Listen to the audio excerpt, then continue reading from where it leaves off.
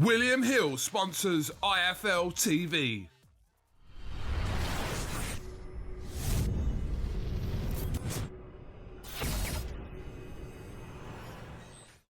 I'm the man to beat Daniel Dubois.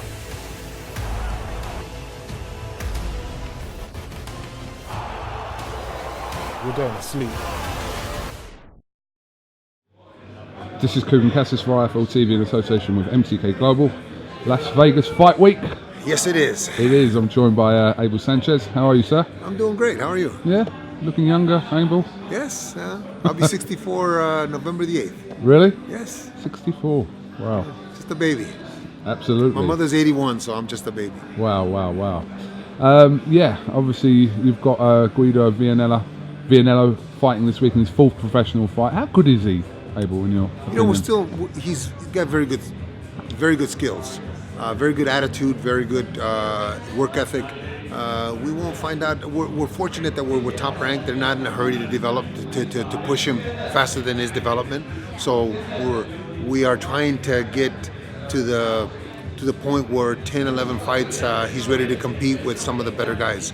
I think he's got a bright future, but it's a matter of the development that we do along the way. Obviously, Tyson Fury speaks very highly of him, and they've been in camp together, etc., etc. So, yeah, I mean, how was sparring with Tyson? Well, he sparred with him prior to being a pro, prior to turning pro. That was before the first fight that he had with Wilder. This fight that he's got coming up, we were here about 3.5 weeks ago. We sparred with him 3 days. Wednesday 4 rounds, Friday 4 rounds, Monday 6 rounds. Tyson Fury is a consummate professional. He allowed this young man to work, pointed out by smacking him, pointed out mistakes that we were making.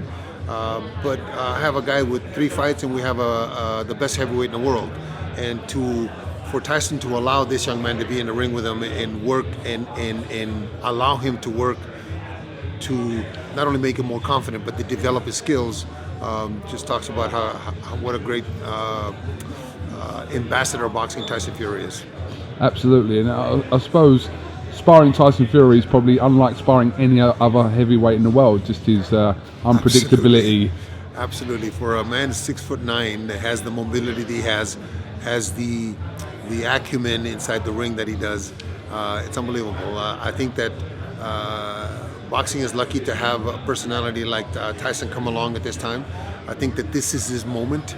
Maybe prior to this time in his life, may not have been his moment, not only physically, mentally, spiritually, and just he himself being ready to accept this, because it's a big responsibility for our business. It's a big responsibility for Tyson Fury to represent us in a way that he's doing it. He's such a humble man, such a good, like I said, a good ambassador for us, because he's not bad-mouthing anybody. He's going out and doing his job. And he's putting us first, man. He's putting us first as fighters. Absolutely. Now, 2 weeks ago, there was a clear debate out there about who kind of the number one heavyweight was, or is rather, in the world. And I think from Joshua Wilder and Fury, everyone had their kind of stake to claim being number one. Obviously, the events at Madison Square Garden a couple of weeks ago kind of tipped that on its head. How much has that defeat to Joshua affected the heavyweight landscape, in your opinion? I think it helped it, but I still see the number one heavyweight as I saw after the Wilder fight back when I was doing radio for BBC. I see as Tyson being number one, Wilder is number 2. Now I would put Andy Ruiz number 3 and Joshua number 4. But it's good to have those 4 guys that are at the top that hopefully will get a mix of each other, as we did with Leonard, Hearns, Hagler, and Duran back in the 80s, that they fight each other, that in the next couple of years they've all fought each other once and they're fighting each other again. I think it's good for our sport. It's good for the public, and all those styles will make for some great fights. Tyson Fury made some comments this week regarding Anthony Joshua's defeat, and saying that, you know, he gave up on himself and that he quit in that fight. And one notable thing he did say in that, he said, ask any top trainer in the world about what happens when a fighter gives up, and if they're likely to do that again. If they did it once, they'll always do it again. And that's Tyson's opinion, that he gave up. What was your kind of take on the ending to that fight, and how how that kind of materialised. Well, if that's true, it wasn't in the fight. If that's true, it was prior to the fight because Anthony wanted to be a star in UK first rather than being the boxer first. You cannot have your priority being having a jet and jetting here and jetting there and being that superstar that you think you are, and forget about what got you there, and forget about that you're going to step to the ropes and you're going to face a man that wants what you have in that particular night worse than you wanted, because the focus obviously wasn't there for Anthony that night. He may have given up at the point where he knew he wasn't there. I don't think he quit. I think he just gave up on himself because he knew that the preparation. Is that not the same thing in your opinion? No, it's not the same thing. Not the same thing. I'll tell you why it's not the same thing. When let me take a fight back that I can think of when a guy quits. When Roberto Duran turned his back on Ray Leonard, that was quitting. When you hear a fighter in the corner say, "I can't go no more," that's quitting. Joshua got hit, got stopped, got knocked down. He didn't got up stop. 4 times, yeah. Yeah, he didn't stop. He continued to do what he was doing. It's just that he wasn't there. And I think in the second round, he got caught with an overhand right on the top of the head here. And I think that never went away. I think that shot is what really preempted the other knockdowns and the fact that he realized, I'm going to go as long as I can, as hard as I can. And he got knocked down more, and it just wasn't there that night. Andy Ruiz was 100% there, 110% there, possessed, and he wasn't going to be denied. So if you're not at 100% against a guy like Andy Ruiz, who Joshua was a better fighter, but just not that night. What happens in the rematch? It all depends on Anthony, I think. It all depends on Anthony, what kind of mentality goes into the preparation for this next fight. What kind of dedication and discipline. Does he want to make boxing first again, or does he want to be a superstar again? And I only say this because of the stuff I see or that gets sent to me on Twitter and Facebook. You know better. What does he act like over there? Is he on shows? Is he traveling? Is he being the superstar over there? If he is, then that took over what should be the number one priority, which is boxing. Boxing training, boxing discipline, boxing dedication, and boxing focus. If he improves those things, then Anthony outboxes him for 12 rounds. He doesn't knock him out because Andy's got a good chin. But Anthony outboxes him because he got the better skills. There's a reason why he's a gold medalist. There's a reason why he's gotten to this point. We can't dismiss all those things just because Andy Ruiz had a great night.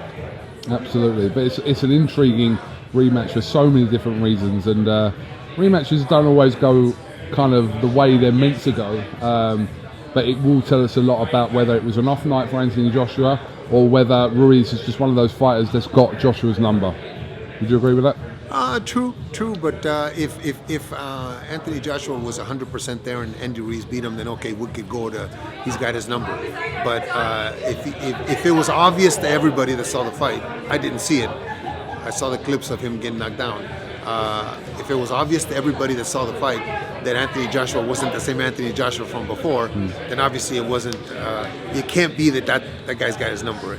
If the guys are both at 100% and he beats them 9 out of 10 times, then okay, I can see that. But I think that's a different story in November if they happen to do it again in November. We shall wait and see. Abel, I would like to ask you about last weekend at Madison Square Garden. I'm assuming, or not assuming, you watched the fight with Gennady and Steve Rolls. Actually, I did not. I was at dinner with my wife. Okay. Yeah. I really don't watch that much boxing, just like I didn't see the Joshua Ruiz fight, and that's a very interesting fight. I don't watch many fights. I watch fighters that I enjoy watching, or I'll watch fights that my guys are going to be involved with in the future. Let's just say one of my guys is going to fight a guy that's fighting tomorrow. I would watch that just so that I can get some ideas on how they fight. But I really don't watch that many fights. I've seen enough fights that last me a lifetime.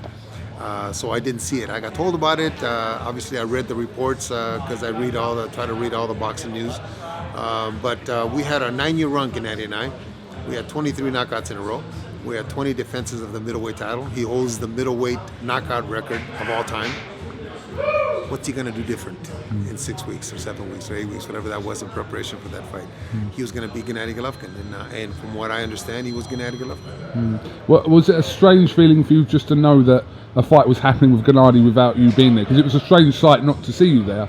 Was it a kind of a, even though you didn't watch it? I'm not gonna lie, it was strange, but I have other fighters in my gym that depend on my dedication and concentration to their careers too, because they're just as important as the top dogs. I have 5 other fighters in the gym currently right now that have important fights coming up. So it was important for me to make sure that my focus was on them. Absolutely. Well, listen, life goes on, and I'm sure, like I said, you're kept busy in the gym with the fighters that you do have. So just kind of wanted to get your kind of take on it. But no problem. People would just assume that, like, people in boxing watch boxing 24/7, and you know it's not always the case. When you're around it all the time and you have a weekend that you're not required to work or anything, then you know. And like I said, I've seen enough fights that last me a lifetime. But I do have some important fights coming up. I have Michel Soro fighting Brian Castaño on the 20th of July in Marseille, France for the WBA title. Yeah. Castaño is the young man that just beat Lara. Yeah. I have Arsen Goulamirian fighting Denis Lebedev. It's been ordered by the WBA. I think it's going to be in late September, early October.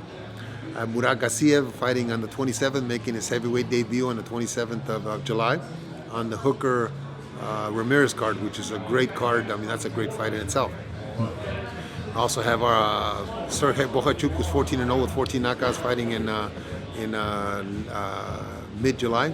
So we have some important fights coming up in our stable. Just going back to, obviously, Gassiev,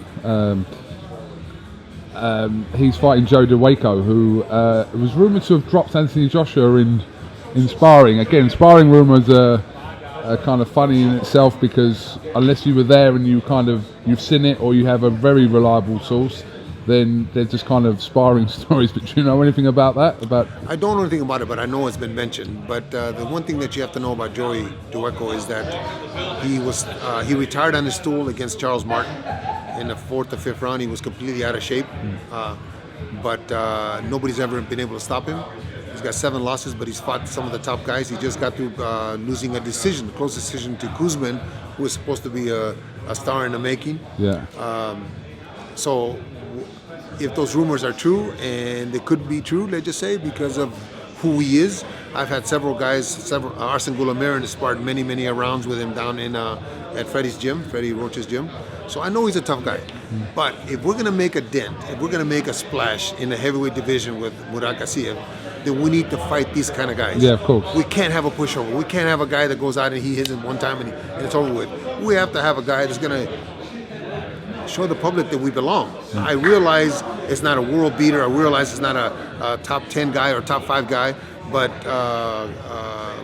Murat hasn't fought in a year, and it'll be a year and a couple months before he fights Joey anyway. So the fact that his first fight out is against a guy like this, I'm looking forward to it. I'm looking forward as a coach just to see what my guy has at 225 pounds. Abel Sanchez, thank you very much for your time. And I'll give Kevin your check and his commission.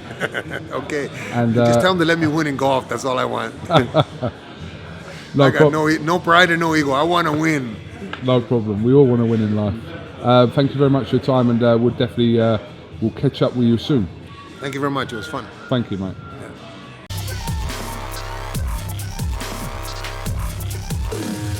William Hill sponsors IFL TV.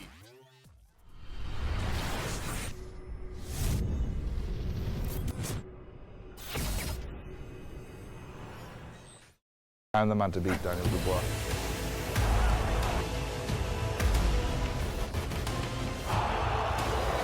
You're going to sleep.